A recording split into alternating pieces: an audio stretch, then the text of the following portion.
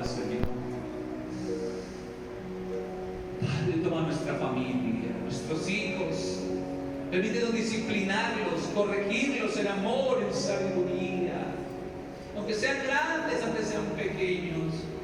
Permítenos criarlos en disciplina, en amonestación del Señor. Como líderes espirituales, permítenos corregir, llamar la atención en amor y recibir la corrección también en parte tuya, Señor.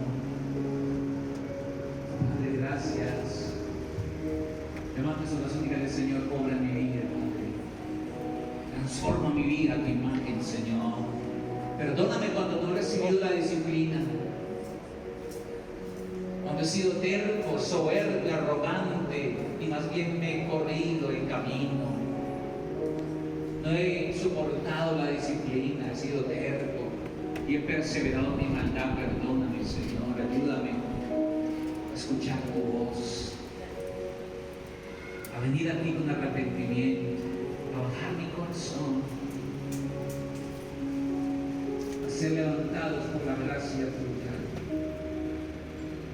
Porque basta tu gracia para que nuestra debilidad, tu poder, Señor, nos perfeccione, nos establezca. Mas el Dios de toda gloria que nos llamó, de toda gracia que nos llamó a su gloria eterna, después de que ya has padecido un poco, dice la palabra del apóstol Pedro, él mismo os perfecciona, fortalezca y establezca, dice a la gloria. Dígale: Señor, que mi vida sea establecida en ti,